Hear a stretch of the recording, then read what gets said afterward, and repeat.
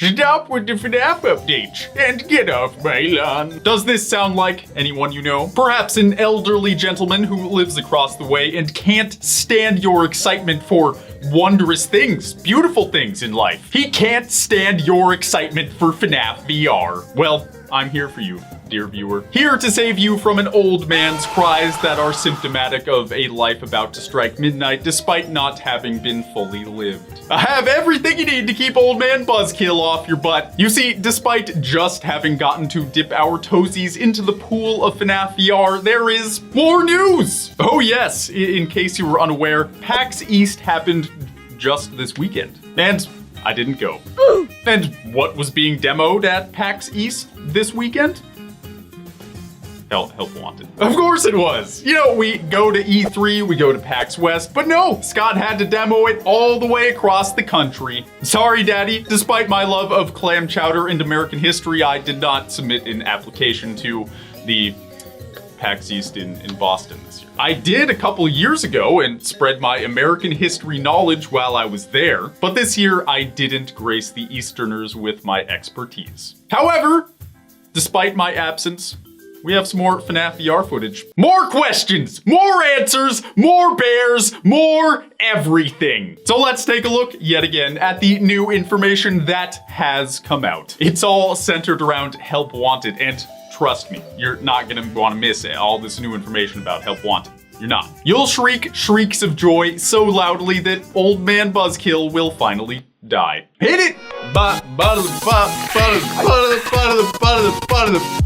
All right, let's jump into this dumpster fire of heavenly hardware. The demo at PAX East had 3 minigames you could play: the FNAF 1 level, a repairing Bonnie level, and a mangle ventilation level. It's been confirmed there's going to be over 40 minigames that comprise Help Wanted. So we're only getting a slice, not even 10% of what's available in the game. We already know some of these levels are going to be remakes of the original FNAF games, but obviously there's going to be a lot of new games that likely hold details and secrets we haven't had the chance to find before. I keep going back to the Chica Infestation minigame as an example. We're going to get to take apart an animatronic in a room we've never been able to see before. That's huge in terms of possibilities for lore reveal and secret findings. We're likely talking about 20 plus new experiences for FNAF, all delivered in one nice, beautiful, pretty 3D package.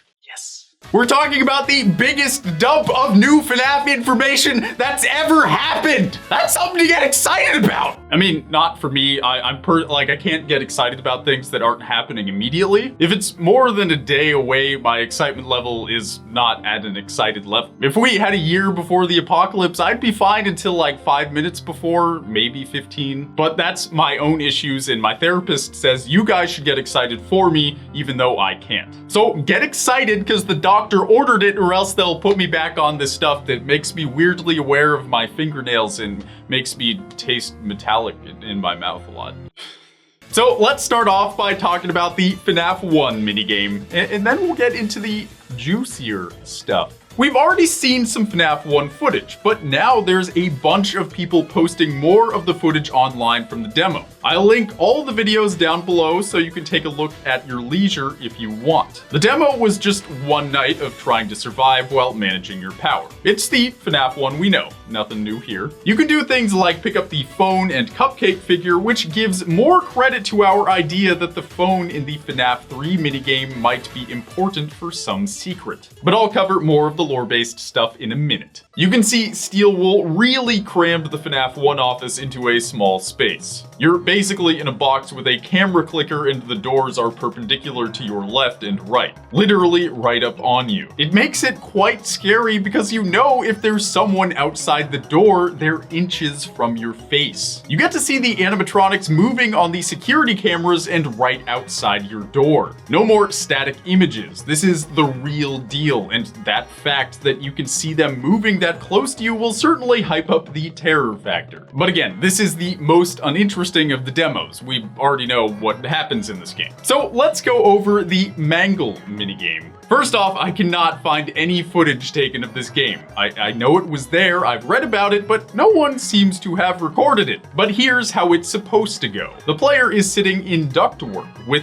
ducts all around them. You're basically in the middle of the ventilation shafts, and you have to follow complicated instructions to keep the ventilation running. There's buttons, knobs, and levers that you're using for the repairs. But while you're repairing the ventilation, Mangle is prowling around the ducts. So you need to work quickly and focus on the repairs while continually keeping your head on a swivel in the other 3 cardinal directions, because Mangle can come from any of them. If you can see Mangle, he'll back away, so you just have to catch him before he catches you. It's a race against yourself. How quickly and efficiently can you repair the vents while still looking around enough to not get caught? Simple mechanics, but it should prove for an exciting experience. Speaking of which, Bonnie's new minigame is an exciting new experience. We're up close and personal, literally able to touch Bonnie, and you better not do any bad touches because Bonnie will freak out and kill you. It's like a VR version of Operation, but instead of the patient dying, you do. Pull out that eyeball, but don't do it too quickly or Bonnie will jump ya. Here's the deal behind the Bonnie minigame. Apparently the silly rabbit has got his guitar out of tune, and it's up to us to fix it. Now, it was really difficult to hear exactly what Phone Guy was saying because these clips have tons of background noise. But I believe we begin taking Bonnie apart because we need to fix the harmonization module. Phone Guy definitely says to be as precise as possible, hence me calling it Scary Operation. But here's the thing. We're also going to be poking around inside of Freddy and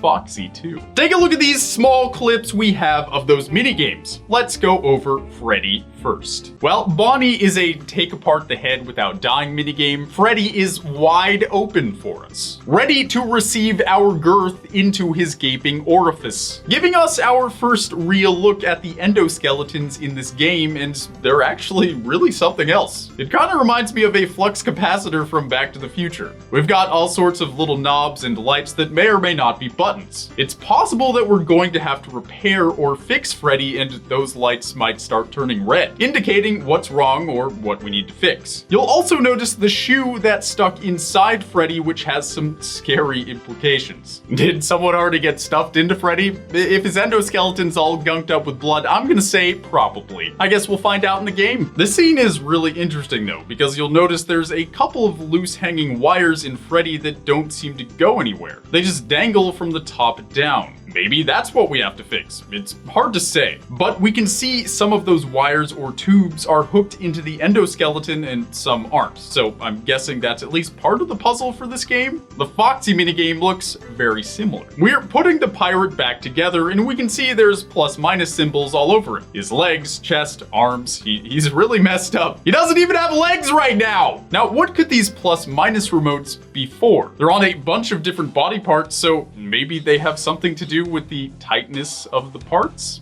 I can't say for sure. What's interesting is that once we put on Foxy's head, the instructor voice says, "Oh no, it looks like Foxy's proprietary." And it gets cut off before we hear the end of that sentence. But if you don't know, proprietary is an owner or in relation to an owner. So if it's Foxy's proprietary module or system or something like that, then Foxy is not acknowledging us as his owner. This is huge, by the way. It makes sense when you think about it though. If I was going to make some killer animatronics, I would certainly make sure that they know who I was so that they didn't kill me. Pretty smart. If Foxy is freaking out because of some proprietary system, that would make sense because we're not his creator. Now we also have this small scene from the FNAF 4 minigame where we see Funtime Freddy slip around a corner. The animation looks great here, by the way. Freddy looks like he could moonwalk no problem. Michael Jackson in the house. But in all seriousness, I can't believe this didn't come to me when we saw the baby minigame in the trailer. Do you understand the implication of these two scenes, in addition to the one with Nightmare Fredbear? FNAF 4 was all about a child who was actually in the hospital. Remember? All the animatronics were nightmare animatronics because everything was happening in the child's imagination. But these aren't all nightmare animatronics. Only one of them is, so we're going to get minigames in the purple guy's house from before the FNAF 4 gameplay. That's what us seeing Baby in Funtime Freddy means! This is likely going to be an excellent opportunity to expand on the lore of Purple Guy because we're gonna get to play in his house a bunch. There's been many articles on FNAF VR, and Variety wrote one of the best ones because they actually interviewed Steel Wool's character artist, Rodney Brett. We get to see a lot of information from him, and this is perhaps the most important. Quote, after playing through the included minigames and surviving, players can go through them again in a sort of nightmare mode, which cranks up the difficulty and distraction in every game. Beat that, and players are treated to an end game, which Brett says adds to the lore of the Five Nights at Freddy's world. There you have it, folks. There will be lore in this game. We're going to learn something or get something clarified. We all know the FNAF story has been told, so Scott is mostly adding clarification with these new games. Brett also said it's all kind of new content to fill in the backstory. So don't expect something that's going to completely change everything we thought we knew about FNAF. Those days are over. But there will be new information, and it will bring clarification to the story as a whole. According to Brett, Scott also wants to make another FNAF game, probably with Steel Wool, but it's uncertain whether the next game will be a VR game. If you recall, Scott has already told us he has big interest in making a AAA game, so maybe that's what Brett's talking about here. All in all, it was a pretty bad year for me not to go to PAX East, but there was new information and new clips that came out and told us all kinds of cool stuff about the game. So I'm not even that mad. I'm not even Scott. So don't worry, Daddy. You're fine with me. You're cool in my book. You're still a talented genius. Okay. And you know what else? We should expect Help Wanted to come out later this month, which means new answers, new clarifications are right around the corner. I'm Grant. This is an outro. I am now finished recording the outro.